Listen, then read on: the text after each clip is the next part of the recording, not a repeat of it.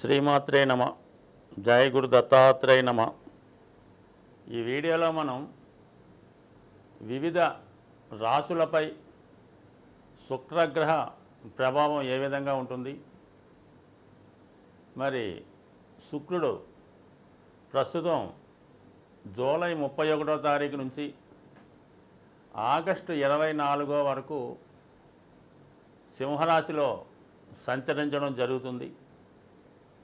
August 24 నుంచి September 18 వరకు కన్యారాశిలోకి ప్రవేశించడం జరుగుతుంది. అయితే కన్యారాశిలో శుక్రుడు నీచ స్థితి పొందడం జరుగుతుంది. అంటే అత్యంత బలహీనమైన స్థితి ఏర్పడుతుంది. సో అలాగే శుక్రుడు సింహరాశి యందు ఉన్నప్పుడు కూడా శత్రుస్థానం అవటం వల్ల ఇంకా బలహీనమవుతూ, ఒక విధంగా చెప్పాలంటే మీకు జూలై 31 నాటికి ఉన్నటువంటి 100% బలం సింహరాశిలోకి ప్రవేశించిన దగ్గర నుంచి కన్యరాశిలోకి ఇంచుమించుగా మనకి సెప్టెంబర్ 18 అంటే తులారాశిలో ప్రవేశించినంత వరకు కూడా శుక్రుడు నెమ్మదిగా తన యొక్క బలాన్ని కోల్పోవడం జరుగుతూ ఉంటుంది. అంటే 100% ఉన్నటువంటి శుక్రుడు 0 స్థాయికి రావడం జరుగుతూ ఉంటుంది. మళ్ళీ తులారాశిలోకి సెప్టెంబర్ 18 తర్వాత తన స్వక్షేత్రంలోకి చేరడం వల్ల తిరిగి మళ్ళా శుక్రుడు సంపూర్ణ బలాన్ని చేకూర్చుకుంటాడు. అయితే ఎవరి జన్మజాతకంలో అయినా శుక్రుడు యొక్క స్థితి బలాన్ని బట్టే వారి యొక్క వైవాహిక జీవితంలో ఉన్నటువంటి సుఖ సంతోషాలు, అలాగే ఆర్థిక పరిస్థితి ఏ విధంగా ఉంటుంది, అతడు సంపాదించిన ధనాన్ని లేదా పెద్దల ద్వారా వచ్చిన స్థిరాస్తుల్ని ఎంతవరకు జాతకుడు దాన్ని అనుభవిస్తాడు, ఆ స్థిరాస్తుల్ని వృద్ధి చేస్తాడా లేదంటే దాన్ని పూర్తిగా నాశనం చేయడం జరుగుతుందా అన్న విషయాన్ని, అలాగే జాతకుడు ఒక మంచి బట్టలు కట్టాలన్నా, ఒక వాహనంలో ప్రయాణించాలన్నా కూడా శుక్రుడు చాలా బలంగా ఉండాలి. శుక్రుడు బలంగా ఉన్నవాళ్ళు ఏదన్నా చిన్న ప్రయాణానికి కూడా ఫ్లైట్లో ప్రయాణం చేస్తుంటారు. ఖరీదైన కారులో వాళ్ళకి సమకూరుతుంటాయి. అది ప్రభుత్వం అవ్వచ్చు, సొంతం అవ్వచ్చు. శుక్రుడు బలం ఉంటే ఆ విధంగా అవి అనుభవంలోకి రావడం జరుగుతుంది. మరి శుక్రుడు బలహీనంగా ఉన్నప్పుడు కేవలం ఆర్డినరీ బస్సుల్లోనో జనరల్ కంపార్ట్మెంట్లోనో ప్రయాణం చేయవలసి ఉంటుంది. అలాగే శుక్రుడు జాతకంలో ఉన్న బలాన్ని బట్టి జాతకుడికి ఎటువంటి భార్య వస్తుంది, వివాహం తర్వాత భార్య ద్వారా ఎంత అదృష్టం వస్తుంది, అలాగే శుక్రుడితో కలిసి ఉన్న గ్రహాల స్థితిని బట్టి భార్య ఏ విధంగా ఉంటుంది, ఆవిడ యాటిట్యూడ్ ఏ విధంగా ఉంటుంది, ఆవిడ ఎంత పవిత్రంగా ఉంటారు, ఎంత సాంప్రదాయంగా ఉంటారు, ఎటువంటి గౌరవప్రదమైన కుటుంబంలోంచి రావడం జరుగుతుంది, అలాగే వారికి ఏమైనా దోషాలు ఉన్నాయా, సంతాన దోషాలు ఉన్నాయా అన్న విషయం కూడా జాతకంలో ఉన్నటువంటి శుక్రగ్రహ స్థితిని బట్టి కలిసి ఉంటుంది. సో ఏదైనా ఒక జాతకంలో ఎన్ని యోగాలు ఉన్నా జాతకుడు అందమైన జీవితాన్ని, సౌకర్యవంతమైన జీవితాన్ని అనుభవించాలంటే ఖచ్చితంగా ఆ జాతకుడు శుక్రుడు యొక్క బలం ఉండాలి. అంటే జన్మజాతకంలో శుక్రుడు బలం చాలా బాగుంటే వాడి జీవితాంతం సౌకర్యాలు ఉంటాయి. శుక్రుడు బలహీనంగా ఉంటే వాడు ఎంత ఉన్నా కూడా అనుభవించలేకపోతుంటాడు. ఈ విధంగా శుక్రుడు బలం ఉంటే మరి గోచారరీత్యా శుక్రుడు యొక్క స్థితిని బట్టి వారి యొక్క రాశులను బట్టి శుక్రుడు యొక్క బలాన్ని బట్టి కేవలం ఒక వైవాహిక జీవితం, అలాగే ధనం, సంపద, సేవింగ్సు, బంగారు ఆభరణాలు, ఖరీదైన ఏదన్నా ఒక మనిషికి ఒక వస్తువును చూస్తే ఇది మన సొంతమైతే బాగున్ను, లేదంటే ఒక మంచి ప్లేస్ చూసినప్పుడు ఆ సినిమాకి వెళ్ళాలనో, ఒక ఫ్లైట్లో జర్నీ చేయాలనో, ఒక మంచి బట్టలు కట్టాలనో, ఇవన్నీ కూడా శుక్రుడి యొక్క బలం ఉంటేనే జాతకుడికి ఇవన్నీ అనుభవంలోకి వస్తాయి. అంటే శుక్రుడు సహజ రాశి చక్రంలో 2, 7 భావాలకు కారణం అవుతుంటాడు. అంటే 2 అన్నది ధన సంపద, కుటుంబం, సప్తమం అన్నది కామస్థానం, కోరికల స్థానం. జీవితంలో అసలు మానవ జన్మ ఎత్తడానికే కోరికలు కారణం. ఆ కోరికలు తీరకుండానే జాతకుడు మళ్ళీ మళ్ళీ జన్మ ఎత్తుతూ మళ్ళీ కొత్త కోరికలు పెంచుకుంటూ తీర్చుకుంటూ ఉంటాడు. అందుకని శుక్రుడు జాతకంలో అత్యంత ఇంపార్టెంట్ అయినటువంటి గ్రహం. మరి శుక్రుడు దశావతారాల్లో పరశురామ అవతారానికి ప్రతీక అవటం వల్ల విపరీతమైనటువంటి కోపాన్ని కలిగి ఉంటారు. ఏదైనా సమూలంగా నాశనం చేసే శక్తి కూడా శుక్రగ్రహానికి ఉంటుంది.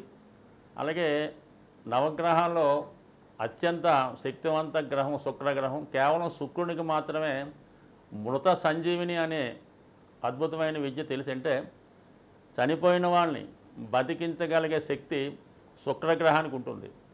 సో జాతకుడికి శుక్రబలం ఉంటే మరణస్థానంలో అయినా శుక్రుడు గోచారీత్యా అనుకూల స్థితిలో ఉన్నప్పుడు జాతకుడు మరణాన్ని కూడా పొందలేకపోతుంటాడు. అంటే ఎంత మరణస్థితిలో ఉన్నా శుక్రగ్రహ బలం ఉంటే జాతకంలో మళ్ళా మృత్యువు నుంచి తిరిగి కోలుకునే అత్యంత శక్తివంత గ్రహం శుక్రగ్రహం.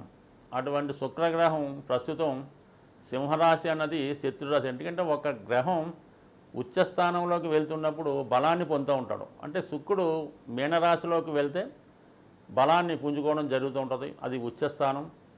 మరి కన్యారాశిలోకి వచ్చినప్పుడు శుక్రుడు బలహీన స్థితి పొందడం జరుగుతూ ఉంటుంది. ఆల్రెడీ శుక్రుడు జలతత్వ గ్రహం, సింహరాశి అగ్నితత్వ గ్రహం. అందుకని శుక్రుడు ఈ సింహరాశిలో ప్రవేశించినప్పటి నుంచి వ్యక్తిగతంగా ప్రతి జాతకుడికి కూడా ఆర్థిక పరిస్థితి కంపల్సరీగా వాడు దాచుకున్న ధనం, సంపాదించిన ధనం ఆవిరైపోతూ ఉంటుంది, మనం మొత్తం ఖర్చు అయిపోవడం జరుగుతుంటుంది. అలాగే మనీ రిలీజ్ అవ్వడం కూడా కష్టం ఉంటుంది. అంటే ప్రభుత్వం వారు మరి ప్రజలకి సప్లై చేయవలసిన ధనం సకాలంలో చేయలేకపోవడం వల్ల, పెద్ద పెద్ద వారి నుంచి ధనం బయటికి రాకపోవడం వల్ల మనీ రొటేషన్ తగ్గడం, తద్వారా వీళ్ళు ఆర్థిక పరంగా ఎదుర్కోవడం జరుగుతుంది. దాని తర్వాత శుక్రుడు ఆగస్టు 24 తర్వాత కన్యారాశిలోకి ప్రవేశిస్తాడు. కన్యారాశిలో ప్రవేశించడం ఇంకా అక్కడ ఉన్నటువంటి కేతుతో కలుస్తాడు. ఎప్పుడైతే శుక్రుడు తన శత్రుగ్రహం అయినటువంటి కేతుగ్రహాన్ని కలుస్తాడో 100% జాతకుడు మొత్తం తన యొక్క ఆర్థిక పరిస్థితి జీరోకి రావడం జరుగుతుంది. ముఖ్యమైన అవసరాలు కూడా మనీ ఇబ్బంది పడడం జరుగుతుంటుంది. దానికి అదనంగా మనకి ఆగస్టు 27 నుంచి కుజుడు కూడా మిథున రాశిలోకి వచ్చి చతుర్థ దృష్టితో శుక్రుడిని కేతువుని చూడడం జరుగుతుంటుంది. అంటే రెండు శత్రుగ్రహాలు మన శుక్రుడి మీద వీక్షించడం వల్ల, శుక్రుడు బలహీనం అవటం వల్ల ఇది ఖచ్చితంగా జాతకుడికి ఏ రాశి వారైనా ఏ లగ్నం వారైనా వాళ్ళు ఖచ్చితంగా ఆర్థిక పరంగా చాలా స్ట్రగుల్ పడతారు. రెండు వైవాహిక జీవితంలో సమస్యలు ఎదుర్కొంటారు. వ్యక్తిగతంగా జాతకులు స్త్రీలై ఉంటే, స్త్రీ జాతకం అంటే ఖచ్చితంగా స్త్రీలకి అనారోగ్య సమస్యలు, అలాగే గైనికి సంబంధించిన ప్రాబ్లమ్స్, నరాలకు సంబంధించిన ప్రాబ్లమ్స్, చర్మ వ్యాధులు లాంటివి వచ్చే అవకాశం ఉంటుంది. కాబట్టి ఖచ్చితంగా స్త్రీలు ఇంచుమించుగా మనకి ఇప్పటి నుంచి రాబోయే సెప్టెంబర్ 18 వరకు చాలా విషయాల్లో జాగ్రత్త తీసుకోవాల్సి ఉంటుంది. ధనుసు రాశి వారికి శుక్రుడు షష్ఠ లాభాధిపతి, అంటే 6, 11 స్థానాలు. ఈ 6, 11 స్థానాలు ఒక విధంగా శత్రువులు సంబంధించినటువంటి స్థానాలు.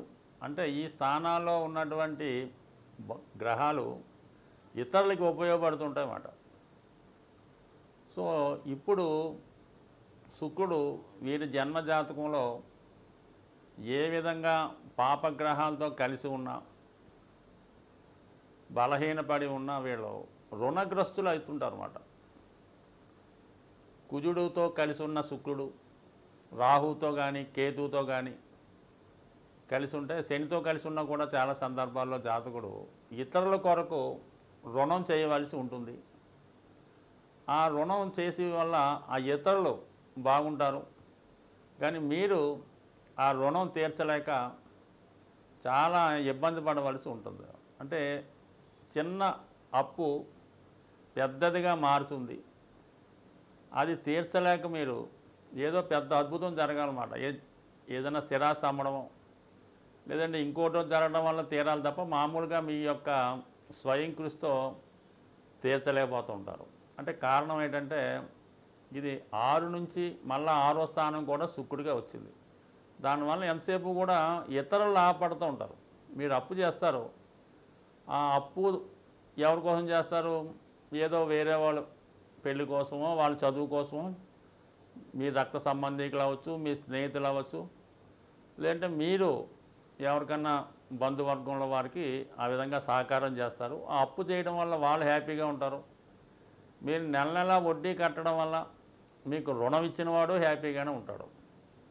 చివరికి తీర్చినప్పుడు కూడా పెద్ద మొత్తంలో తీర్చవలసి ఉంటుంది తప్ప ఎటు చెప్పినా దీనివల్ల ఇతరులు లాభపడతారు, మీరు నష్టపోతారు. అంటే దీంట్లో మీరు ఏమీ అనుభవించింది ఉండదు, కేవలం ఇతరుల కొరకు చేస్తారు, మీరు నష్టపోతారు. కాబట్టి చాలా వరకు మీరు ఈ విషయంలో చాలా జాగ్రత్తగా వ్యవహరించవలసి ఉంటుంది. ఏమాత్రం పొరపాటు పడినా, అంటే ముఖ్యంగా ఏంటంటే ఇతరులకి ఎవరికైనా షూరిటీ పెట్టడం కానీ ఇలాంటివి చేయడం వల్ల కంపల్సరీగా మీరు రుణంలో ఇరుక్కునే అవకాశం ఉంది. కేవలం ధనుసు రాశి వారి జీవితంలో ఒకటి అప్పుల వల్ల ఇబ్బంది పడి నష్టపోతూ ఉంటారు, రెండు వివాహం ద్వారా అవ్వచ్చు, అన్య స్త్రీల వల్ల అవ్వచ్చు నష్టపోవడం జరుగుతూ ఉంటుంది. దానివల్ల మీరు మీ యొక్క పరపతిని కూడా కోల్పోతూ ఉంటారు. అది కేవలం శుక్రుడు మీ జాతకంలో బలహీనంగా ఉండడం వల్ల. మరి కేవలం మీరు ప్రస్తుతం ఈ శుక్రుడు మీకు భాగ్యస్థానంలో సంచరిస్తున్నాడు, ఎక్కడ శత్రుస్థానంలో సంచరిస్తూ చాలా బలహీనంగా ఉన్నాడు. అందుకని మీ ధర్మ కార్యక్రమాలకి విరుద్ధంగా, మీ యొక్క నిజాయితీకి విరుద్ధంగా కొన్ని ప్రవర్తించవలసి ఉంటుంది. ఎందుకంటే శుక్రుడు కర్మస్థానంలోకి వచ్చుతూ అక్కడ ఉన్నటువంటి కేతువుతో కలిసి ఉండడం వల్ల గతంలో మీరు చేసిన పొరపాట్లకి ఇప్పుడు పనిష్మెంట్ పొందవలసి ఉంటుంది. అది వృత్తిలో ఏదన్నా పొరపాటు చేయడం వల్ల, లేదంటే మీరు ఎవరికన్నా వేరే వాళ్ళని ఆదరించి వాళ్ళని పెంచి పోషించడం వల్ల వాళ్ళ వల్ల మీకు కొన్ని ఇబ్బందులు రావచ్చు, అదనపు బాధ్యతల వల్ల ఏదన్నా మొత్తం మీద మీరు జీవితంలో ఈ స్త్రీ వల్ల, ఒక మంచి నడవడిక లేని స్త్రీ వల్ల, అలాగే రుణం చేయటం వల్ల ఈ సమయంలో ఇబ్బంది పడే అవకాశాలు ఉన్నాయి. చాలా మనస్తాపానికి గురయ్యే అవకాశం ఉన్నది. ఒకవేళ మీరు ఇంకా ఇప్పుడే జీవితంలో ప్రవేశించి ఉంటే, అంటే ఇప్పుడిప్పుడే ఉద్యోగం వచ్చి యవ్వనంలో ఉంటే, ఈ సమయంలో మీరు ఒక అన్య స్త్రీ వల్ల మోసపోయే అవకాశం ఉంది. అది ప్రేమ పేరుతో అవ్వచ్చు, పెళ్లి పేరుతో అవ్వచ్చు, స్నేహం పేరుతో కావచ్చు. అందువలన కొద్దిగా మీరు సపోసిద్ధంగా మీ ఉన్నటువంటి హెల్పింగ్ నేచరు, సహాయ గుణం వల్ల ఇవి జరిగే అవకాశాలు ఉంటాయి. అంటే మీరు ఒక విధంగా ఏదో అభాగ్యులు ఇబ్బందుల్లో ఉన్నాళ్ళు వాళ్ళని ఆదుకుందామనే ఉద్దేశంతో మీరు ఏదో వాళ్ళకి సహకరిస్తూ ఉంటారు. వాళ్ళు వేరే విధంగా అనుకొని ఆలోచించుకొని పూర్తి బాధ్యత మీ మీద వేసి మిమ్మల్ని పూర్తిగా వాళ్ళ ఇన్వాల్వ్మెంట్ చేసి మిమ్మల్ని ఒక విధంగా మీ మొగమాటన్న మంచితనాన్ని ఉపయోగించి మిమ్మల్ని బ్లేమ్ చేసి ఇబ్బంది పెట్టే అవకాశం ఉంది. కాబట్టి ఇటువంటి త్యాగాలకో ఆదర్శాలకో వెళ్ళవచ్చు, కానీ అది చూసుకొని అవతల వాళ్ళు పరిస్థితిని బట్టి ఆలోచించి నిర్ణయం తీసుకోండి. ముఖ్యంగా ఈ సమయంలో మీరు ఎట్టి పరిస్థితుల్లో కూడా స్త్రీలకి దూరంగా ఉండండి. అలాగే ఎంత దగ్గర వారైనా వారి కొరకు మీరు అప్పు చేయడం కానీ షూరిటీ పెట్టడం కానీ ఈ 2 నెలల్లో ఇంచుమించుగా ఆగస్టు సెప్టెంబర్ నెలలో కొంతవరకు జాగ్రత్తగా వ్యవహరించండి. దాని తర్వాత పరిస్థితులు ఆటోమేటిక్గా మీకు అనుకూలంగా మారే అవకాశం ఉంటుంది. శుక్రుని యొక్క ఇబ్బందుల నుంచి, కష్టాల నుంచి బయటపడాలంటే ముఖ్యంగా మగవారు స్ఫటికమాల ధరించడం అన్నది చాలా అనుకూలిస్తుంది. దీనివల్ల మీరు ఎటువంటి వ్యామోహాలకి లొంగకుండా ఆర్థిక పరంగా స్థిరపడడం, మనసు కంట్రోల్లో ఉండడం జరుగుతూ ఉంటుంది. అందువలన కంపల్సరీగా మరి ఈ సమయంలో మీరు స్ఫటికమాల ధరించడం అన్నది ఉత్తమం. అలాగే ఆర్థిక పరంగా వ్యాపారాభివృద్ధికి గోమతి చక్రాలు ఒక 11 తీసుకొని చక్కగా శుభ్రంగా ఉన్నటువంటివి తీసుకొని ఒక కవర్లో, ప్లాస్టిక్ కవర్లో బయటికి కనబడే విధంగా క్యాష్ బాక్స్లో పెట్టుకోవడం వల్ల చాలా మంచిది. అలాగే మరి అవకాశం ఉన్నవాళ్ళు మీ ఇంట్లో అవకాశం ఉండి మీకు ఆనవాయితీగా ఉంచుతుంటే చిన్నది ఒక బొటన వేలు ప్రమాణం గలది స్ఫటిక శివలింగం కానీ స్ఫటిక శ్రీచక్రం కానీ వీలైతే రెండు ఒక చోట ఉంచుకొని మరి స్ఫటిక శ్రీచక్రానికి కుంకుమతోనూ పూజ చేయాలి, లేదంటే కుంకుమతో కప్పి ఉంచాలి. స్ఫటిక శివలింగాన్ని ప్రతిరోజు కూడా వీలైనంత వరకు శుభ్రమైనటువంటి వాటర్తో అభిషేకం చేస్తూ వీలైతే మారేడు దళం అక్కడ ఉంచడం వల్ల 100% మీ యొక్క ఈ శుక్రగ్రహ ఇబ్బందులు తగ్గుతాయి. ఇంకా అవకాశం ఉన్నవాళ్ళు చిన్నపిల్లల యొక్క అంటే ముఖ్యంగా అమ్మాయిల యొక్క పుట్టినరోజుకి కానీ వాళ్ళు వాణి ఫంక్షన్కి కానీ లేదంటే వారికి వివాహం అవుతున్నప్పుడు మీరు ఆ ఫంక్షన్లో పాలకోవా అక్కడ ఉన్నటువంటి వచ్చిన వారికి పంచిపెట్టడం, లేదా పెద్దగా భోజనాలు చేస్తుంటే పెరుగు ఆవు పెరుగైనా ఒక 5 లీటర్లు ముఖ్యంగా 6 లీటర్లు పెరుగు ఈ పెళ్ళి జరిగినప్పుడు అక్కడ వాళ్ళకి కామన్గా ఇస్తుంటారు కదా మన ఊరిలో, అలాగే ఇవ్వటం.